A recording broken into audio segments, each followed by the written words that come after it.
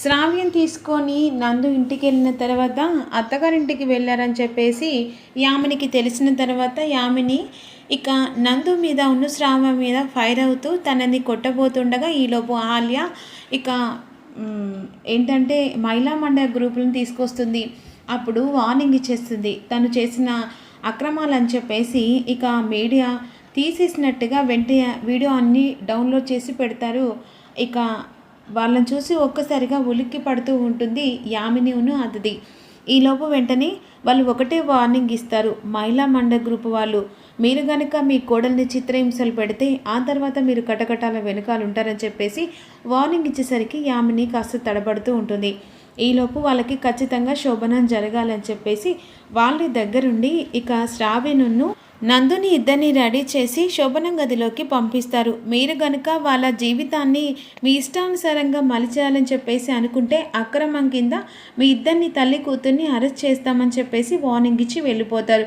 ఇది కావాలని మీరనా అసలు అహల్యనా ఏమంతు చిక్కట్లేదే అని చెప్పేసి ఈ విధంగా యామిని అతిథి అనుకుంటూ ఉంటారు.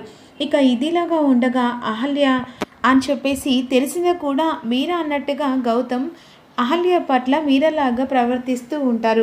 ఇక తనకిష్టంగా గాజులు చేయించి పట్టుకొని వస్తాడు. ఆ సమయం తనకి ఇచ్చే సందర్భం రాదు. వెంటనే ఇక తన చెల్లి జీవితానికి ఒక దారి చూపించారని చెప్పేసి కృతజ్ఞతతో ఆ బంగారు గాజులు తీసుకొచ్చి మీరా చేతికి ఇస్తుండగా ఇవెందుకండి అని చెప్పేసి మీరా అడుగుతుంది.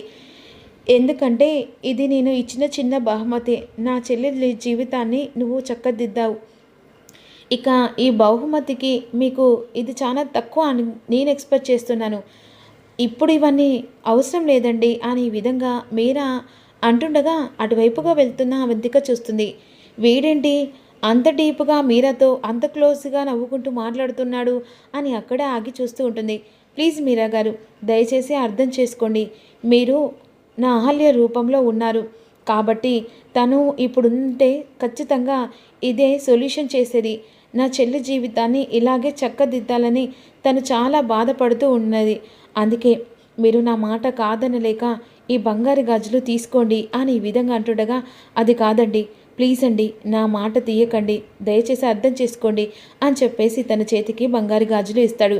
వీడేంటి ఇలా రోజు రోజుకి అసలు దాని కొంగు పట్టుకొని తిరిగేలా ఉన్నాడే అని విధంగా అవంతిక గదిలోకి వెళ్ళిపోతుంది.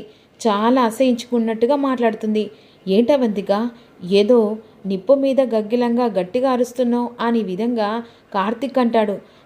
జరగబయటి కల్లార చూస్తూ ఉంటే అసలు ఇంట్లో ఉంటామా లేకపోతే మనమే తట్టబుట్ట సర్దుకొని వెళ్ళిపోతామా అన్నట్టుగా అనిపిస్తుంది. ఏం మాట్లాడుతున్నావు అవంతిక? ఇందాక నాకు కళ్ళ కనిపించింది. అది నిజమో అబద్ధమో అర్థం కావట్లేదు కానీ ఇది మాత్రం 100% నిజం. ఎందుకంటే వాడు రోజు రోజుకి ఆ మీరాకు దగ్గర అయిపోతున్నాడు. ఆ తర్వాత ఏం జరుగుతుందో అర్థం కావట్లేదు. అసలు ఏం జరిగింది కరెక్ట్గా చెప్పు. ఏముందండి చెప్పడానికి? అసలు ఏం జరిగిందంటే ఇందాక ఆ మీరకు బంగారు గాజులు ఇచ్చాడు. అంటే రోజు రోజుకి తనకు దగ్గర కాబోతున్నాడు. ఆ బంగారు గాజులు ఇస్తే ఇక దానికి ఇంటి నిండా పెత్తనం అన్నట్టుగా అది పెద్ద ఓవర్ చేస్తూ ఉండి దాన్ని శాశ్వతంగా బయటికి పంపించాలంటే ఒకే ఒక్క మార్గం. లేకపోతే మనకు చేత కాదనుకుంటే ఈ కళ్ళకు ఇవన్నీ చూడకుండా ఉండకుంటే మనమే వెళ్ళిపోతాం. ఏం మాట్లాడుతున్నావు అంతిక? ఇప్పటికిప్పుడు మనం ఎక్కడికి వెళ్దాం కదా? అందుకే నేను చెప్పింది చేయండి. ఎలాగైనా ఇప్పుడు అది గాజులు తీసుకుంటుంది. ఆ గాజులు దొంగతనం చేశామనుకో ఖచ్చితంగా ఆ తర్వాత అదే దొంగ అని చెప్పేసి బయటికి గెంటేసే ఛాన్స్ ఉంటుంది కదా. ఆ దొంగతనం ఎవరు చేయాలి? ఎవరు? నువ్వే చేయాలి. నేనా? అమ్మో బామ్మరిది దొరికితే వాడు నన్ను పేగులు తీసి మెల్లో వేసుకుంటాడు. ఏం కాదు, ఖచ్చితంగా నువ్వు దొంగతనం చేసావనుకో తెల్లారిసరికల్లా దాన్ని నేనే మెడలు పట్టుకొని బయటికి గెంటేస్తాను అని విధంగా అనుకుంటుంది. ఈలోపు వెంటనే అందరూ పడుకుంటారు. ఇక డోరు గడియ పెట్టుకుంటారు. మెల్లిగా 12 అవుతుంటుంది. అవంతిక కార్తీక్ను లేపుతుంది. ఇక కార్తీక్ మెల్లిగా అహల్య గది వైపు వెళ్తాడు.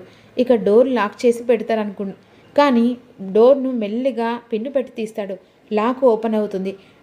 వెంటనే లోపలికి వెళ్ళేసరికి అటు బాబు దగ్గర మీర పడుకుంటే సోఫ దగ్గర గౌతమ్ పడుకుంటాడు. మెల్లిగా డోర్ ఓపెన్ చేసి అందులో బంగారు గాజులు తీసుకొని బయటకు వస్తాడు.